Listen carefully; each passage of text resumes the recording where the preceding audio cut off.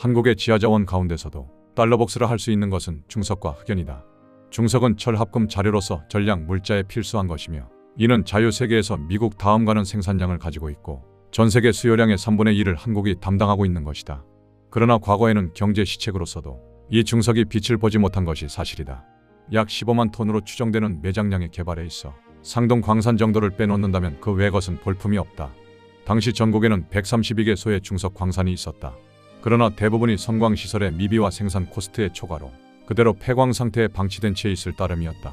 세계 최대의 규모를 자랑하는 화학처리 공장을 보유하고 있으면서도 고품위 광석을 수출하는 것으로 겨우 체면을 유지하여 왔다.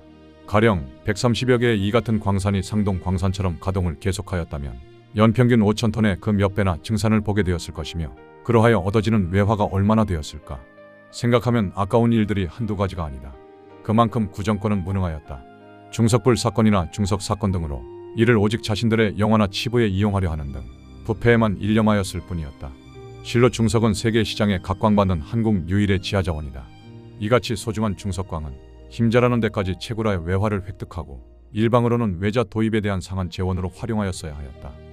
다음에는 중석과 함께 또한 수출 가치가 높은 흑연을 들지 않을 수 없다. 추정 매장량으로 보면 토상 흑연이 300만 톤, 인상 흑연이 160만 톤이다. 이 흑연은 그 매장량이나 생산량 그리고 그 질에 있어서 단연 자유세계에서 제1위를 차지하고 있다. 그러나 이 흑연에 있어서도 뚜렷한 실적이 없고 만족할 것이 못 되는 것이다. 혁명 이전 총 가동 광구 264개 중 그 대부분이 해외 시장을 개척하지도 못하였으며 또한 채광, 선광 시설의 불비로 사실상 휴광 상태를 벗어나지 못한 채 있었다. 현대공업에 있어서 기초공업 자원으로서 또는 그 발전의 바로미터인 철광석은 그 매장량이 2천만 톤으로 추정되고 있다. 이 광구 역시 410여 개소를 헤아린다고는 하나 구정권화 연평균 생산량이 39만 2천 톤대를 오르내렸다 하니 가히 그 작업 내용을 알아보고도 남음이 있다. 그리고 여기서 우리가 한 가지 기이하게 생각되는 것은 이들 생산량은 거의가 해외로 수출되고 국내 수요량인 15에서 20만 톤 중 대한중공업, 사마 제철 등의 생산 선처를 제외한 6만 톤은 역수입하고 있었다는 것이다. 이 하나의 사실만 보더라도 구정권 때의 경제 시책이 얼마나 맹목적이었던가를 알 수 있을 것이다.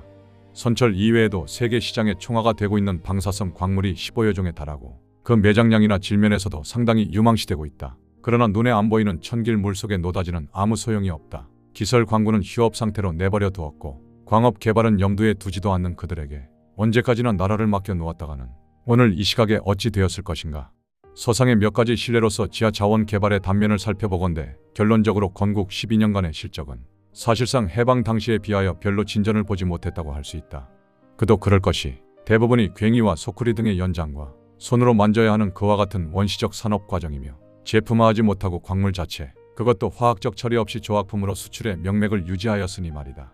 민주주의도 좋고 자립경제 확립의 구호도 좋지만 그보다도 아니 그 훨씬 이전의 바쁜 일은 오랜 시일을 버림받아온 여기 광산지대에 발을 직접 들여놓는 일이다. 22%대 78%란 높은 비율로 소비재에 편중되었던 미국에 대한 원조와 구정권의 무질서한 경제 시책의 영향은 먼저 중유기관 산업 부문에 결정적인 타격을 가져오게 하였다.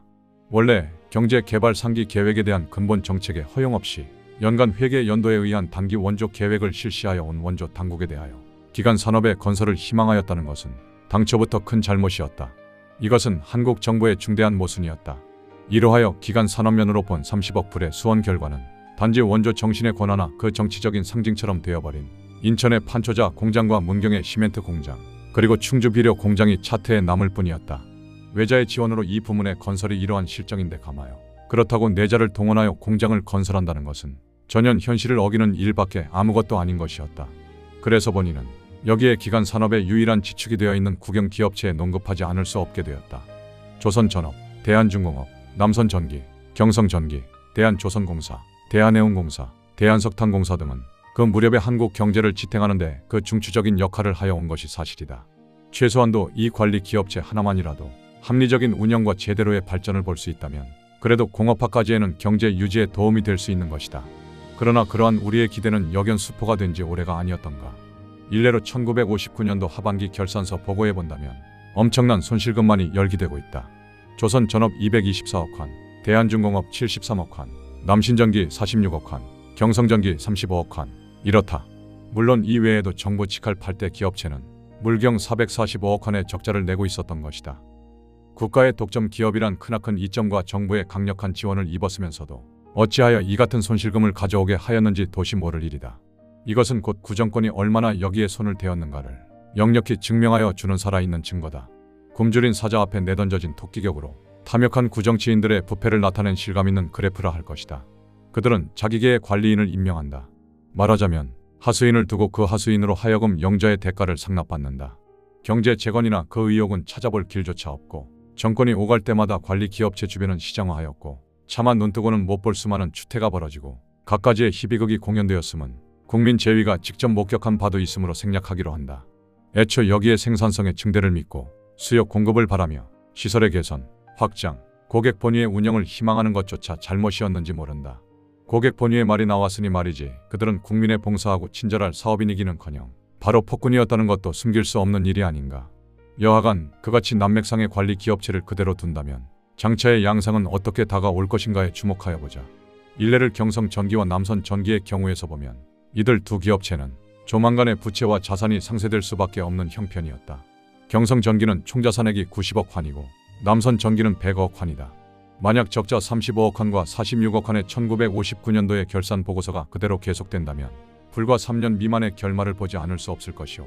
그 다음에는 부득불 부채를 걸머지고 나갈 도리밖에 딴 방법이 없을 일이었다. 이것은 4.19 이후 대모대가 가두를 누비던 공포보다도 더한 것임은 세상 말할 나위가 없다. 여기에서도 혁명의 불가피한 요소가 쉽게 찾아질 것이 아닌가. 정부의 관리 기업체가 그러할 즈음 국가 산업에 또한 중추를 담당하고 있는 중요 관민 기업체인 은행의 실태는 어떠하였던가.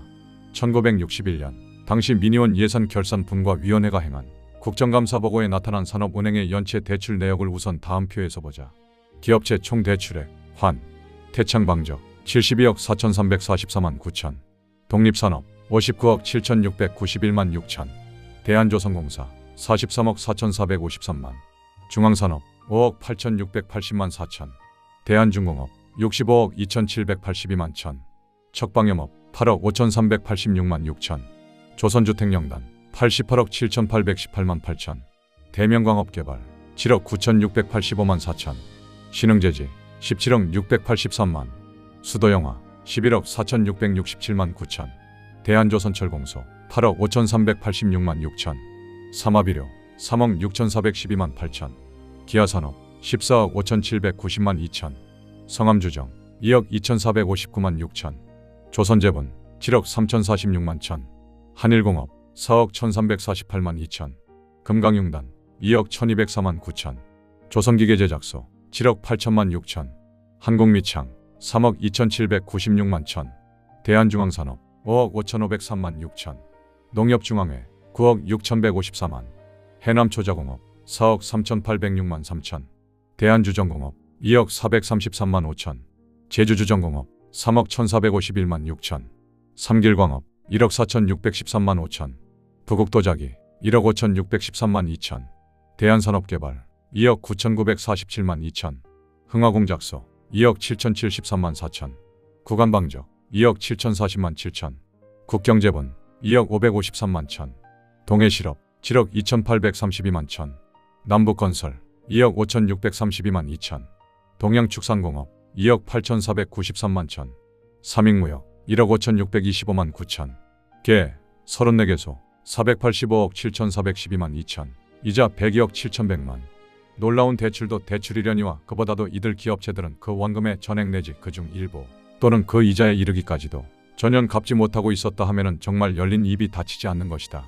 그리고 이중 그 대반은 사업의 계속 운영으로 원리금 상환에 기회가 있을 수 없었고 따라서 기업체 자체를 경매 처분하여야 할 사정이 있었으며 연체 이자의 초과마저도 담보 가치의 미달로 결손 처분하지 않을 수 없는 실정에 있다고 들었다. 건국 초창기라 할 그 당시에 있어 천금 같은 한 푼이 말을 바꾸자면 국민의 피땀 어린 이 많은 거액들을 융자받고 특권층의 그들은 과연 무엇을 어떻게 하였단 말인가. 이 돈이 간 행방은 도대체 어디며 이 자금으로 하여 놓은 그 실적이 어떤 것이었고 당국은 당국대로 이런 꼴을 실지하고 있었으면서도 어찌하여 수수방관하였던 것일까. 정권과 기업이 부정의 그늘 아래 결탁한 좋은 표본을 우리는 여기서 생생하게 찾아볼 수 있다.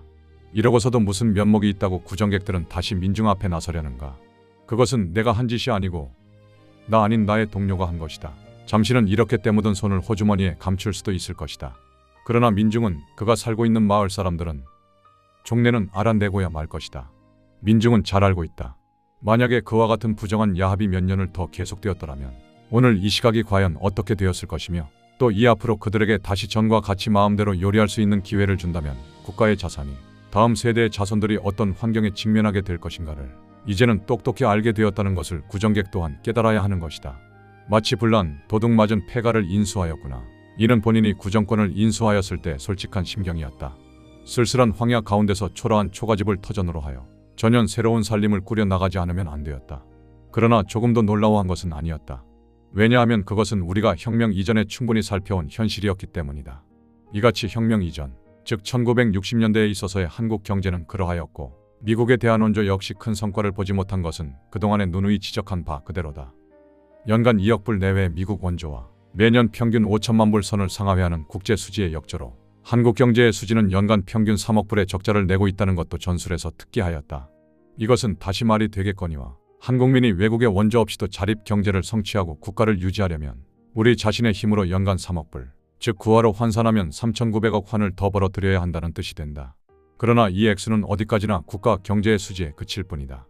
국가의 공업화 기타 재경제의 향상을 위하여는 그보다 몇 배나 더 되는 액수를 벌어들이지 않을 수 없는 것이다. 불가능하다고 돌아앉을 것인가?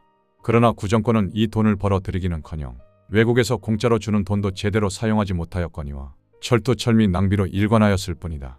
국내는 정치, 사회에 파국적인 사태가 간단없고 이를 틈타서 물가는 앙등일로 상승하였으며 통화의 팽창은 앞날의 한국 경제에 크나큰 위협을 가하고 있는 데 대하여 국외는 미국의 원조가 순차적으로 삭감되어 갔고 외래 상품이 분류처럼 흘러들어와 국가 경제를 일패도지의 경우로 화하게 하는데도 구정권은 그저 무감각한 채 낮잠에 한가하였다.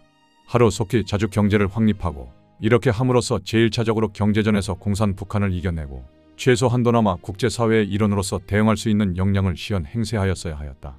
다시 여기서 거듭 말하거니와 혁명은 이 같은 경제적인 사명감에서 거사되었다는 것이다.